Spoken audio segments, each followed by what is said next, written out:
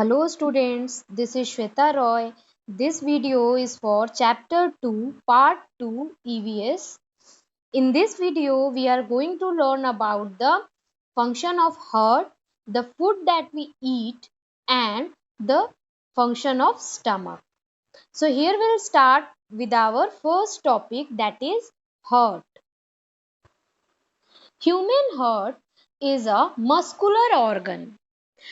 And the main function of heart is to pump blood throughout the body and to maintain the constant circulation. That means it has to provide the blood to all the parts of the body, and that circulation of the blood should be constantly maintained.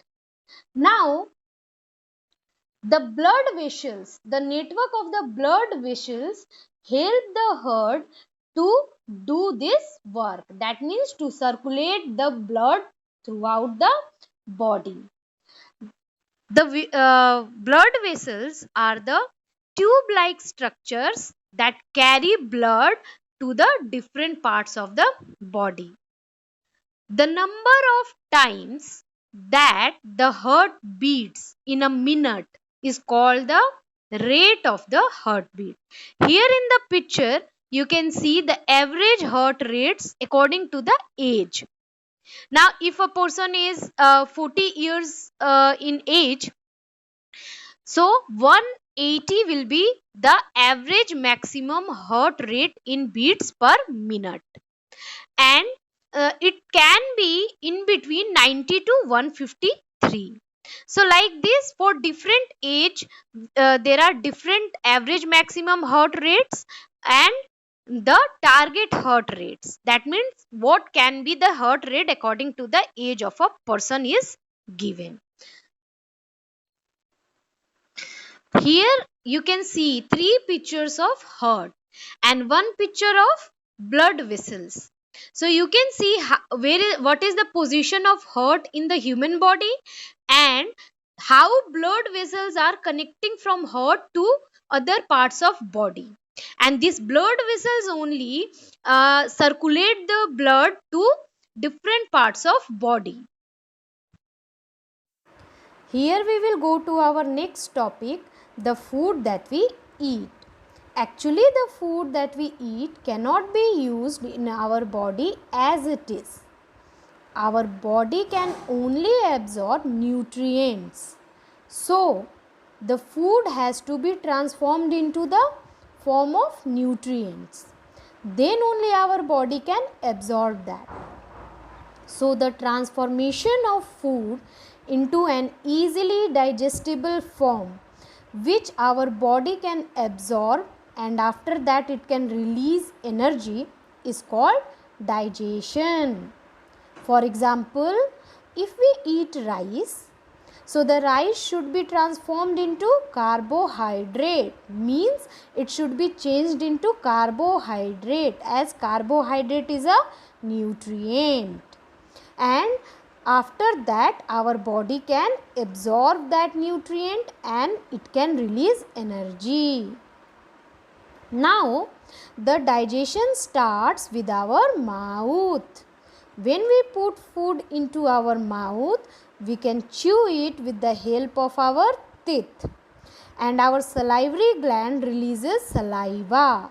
Saliva contains enzymes and that is mixed in with the food and it breaks it into simpler form of sugar called glucose. Also, after chewing the food becomes into the small pieces. Now that small pieces of food is pushed into the food pipe which carries it to the stomach. From here the work of stomach starts. Now the work of stomach is to help in churning the food, that means trashing the food. The food mixes with several juices which is produced by the stomach walls. Now these juices break the food further and convert it into a semi-solid paste.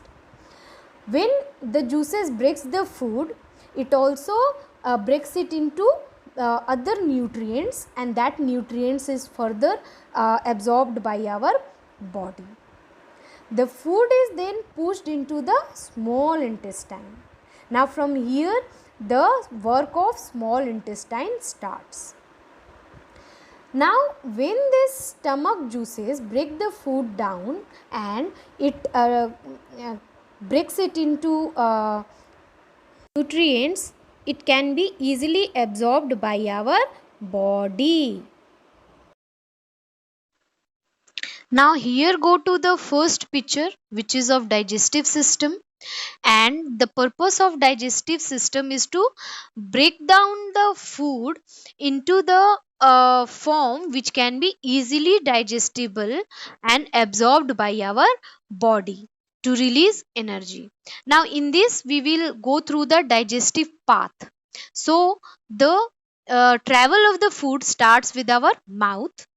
After that, you can see B number is esophagus, which is also called food pipe. So from mouth it will travel to food pipe. The C you can see stomach. As we have already discussed the function of stomach. After stomach it will go to small intestine. And after small intestine it will move to large intestine. And this is how the food travels from mouth to large intestine. Now here we have learned about the function of stomach. You can also go through the second picture. In that also all the parts are mentioned. Now here you go to third picture and you can see the picture of stomach. And also you can see the location of the stomach in our body. And in fourth picture also we have stomach only. So here we can understand the digestive system and the function of stomach. Hope you all understood the topics taught in this video. Any queries or questions will be resolved in the classes. You can ask your queries or question in the classes related to the topics. Thank you.